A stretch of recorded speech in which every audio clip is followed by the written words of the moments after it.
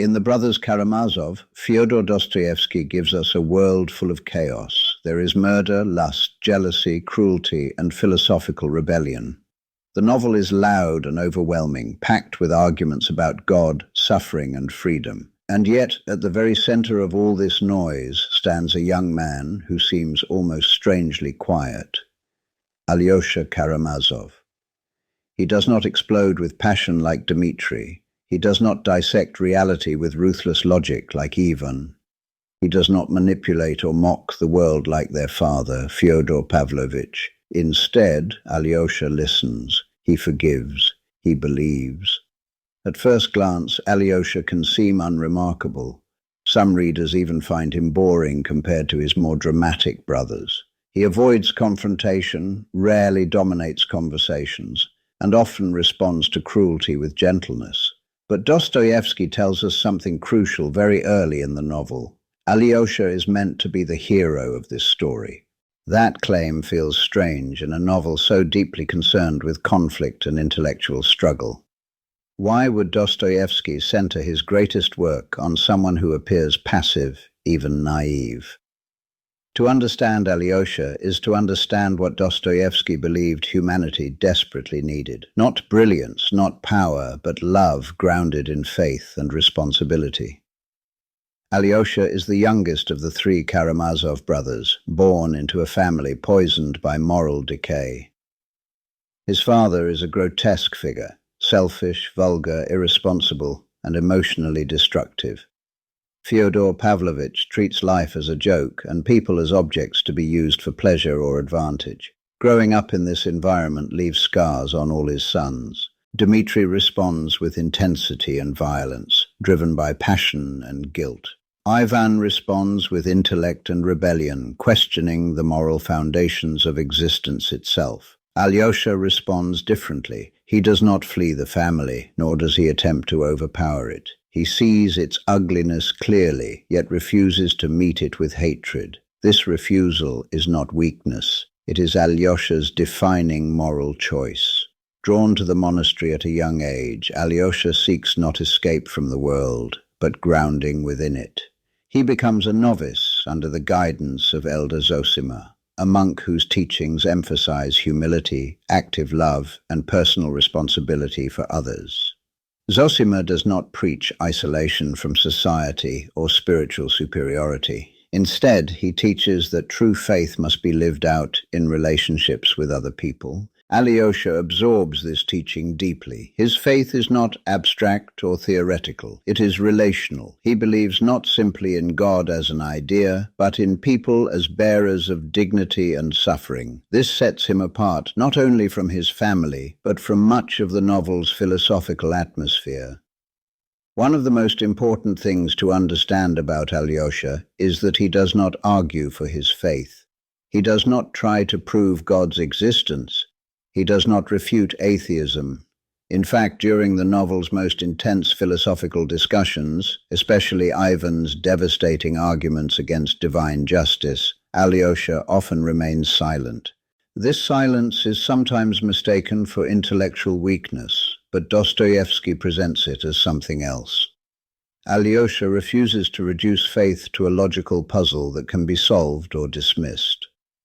When confronted with stories of innocent suffering, abused children, and senseless cruelty, Alyosha does not offer theological explanations. He does not justify evil. He does not explain it away. He grieves. Where Ivan demands answers from God, Alyosha turns toward human beings.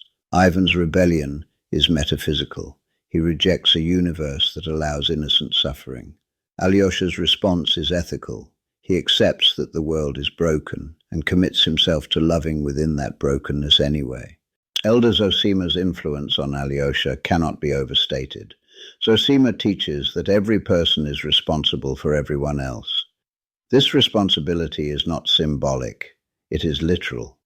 According to Zosima, no one can fully separate themselves from the sins and suffering of the world. Even indifference carries guilt. Even silence can become a form of moral failure. Alyosha takes this teaching seriously, perhaps more seriously than anyone else in the novel. He listens to people others ignore. He intervenes in conflicts that are not his own. He absorbs emotional pain without demanding recognition or reward. But Zosima also warns against a subtle danger: pride disguised as virtue. Love, he insists, must be active and concrete, not sentimental or self-congratulatory. This becomes Alyosha's lifelong challenge. It is easy to love humanity in theory. It is much harder to love specific people with all their flaws, cruelty, and contradictions. Alyosha's faith faces its first great crisis with the death of Elder Zosima. According to religious tradition, the body of a holy person should remain incorrupt. Instead, Zosima's corpse decays rapidly, producing a smell that becomes a source of ridicule and scandal. People who once praised him now whisper doubts and mock his sanctity. For Alyosha, this moment is devastating. If Zosima was righteous, why would God allow such humiliation? If holiness means anything, why does it seem so fragile? Alyosha does not rebel outwardly. He does not rage against God. Instead, his faith quietly collapses under the weight of disappointment. This is Alyosha's darkest moment, his private confrontation with doubt. Faith is no longer supported by authority, tradition, or miracle. It must stand on its own or disappear. What follows is a turning point not just for Alyosha, but for the entire novel. Alyosha experiences a powerful spiritual vision inspired by the biblical story of the wedding at Cana, where Christ turns water into wine. This vision is not about doctrine or judgment, it is about joy. Alyosha realizes that Christ's first miracle was not an act of condemnation or control, but an act of generosity. Christ attends a wedding, he blesses celebration, he responds to human need without moral interrogation. In this moment, Alyosha understands faith not as rejection of the world, but as affirmation of life within it. When Alyosha emerges from this vision, he leaves the monastery. This is not a loss of faith, but a transformation of it. He understands that belief cannot remain sheltered behind monastery walls. It must be lived out in the messiness of ordinary life. From this point on, Alyosha moves quietly through the novel's chaos, acting as a stabilizing moral presence. He mediates between Dmitri and Ivan. He comforts Katerina and Grushenka. He listens to confessions that others are unwilling or unable to hear. He does not solve people's problems, but he changes how they experience them. Dostoevsky suggests something radical through Alyosha, that love, when practiced consistently and without expectation, can alter the moral atmosphere around it. Alyosha does not save everyone. He does not prevent tragedy. He does not stop the murder of his father. But he changes how people suffer. And sometimes that is the only victory available. The philosophical heart of the Brothers Karamazov lies in the contrast between Ivan and Alyosha. Ivan is brilliant, tormented, and morally serious. His rejection of God is rooted in compassion for the innocent. Alyosha never disproves Ivan's arguments. He never attempts to win the debate. Instead, he responds with love.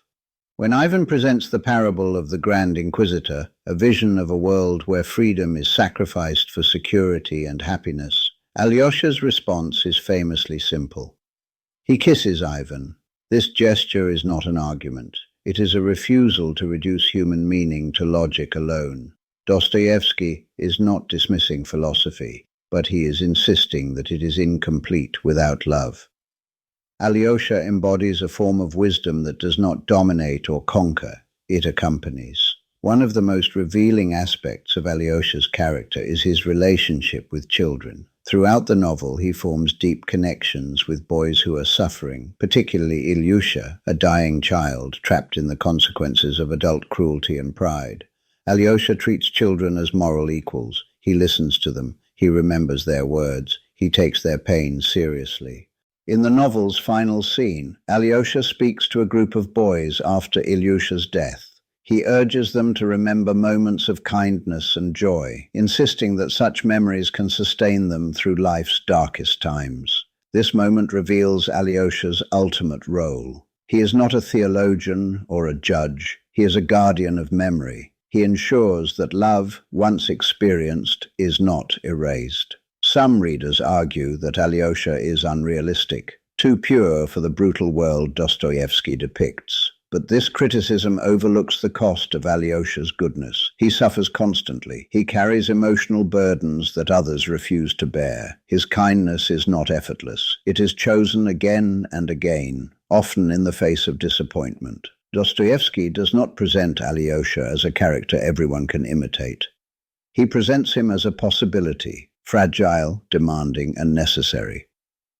In a world governed by power, resentment, and pride, Alyosha represents a different kind of strength, the strength to remain open. Alyosha Karamazov is not the loudest voice in the Brothers Karamazov, but he may be the most enduring. He does not promise justice in this world. He does not solve the problem of evil. He does not guarantee happiness. What he offers instead is quieter and harder.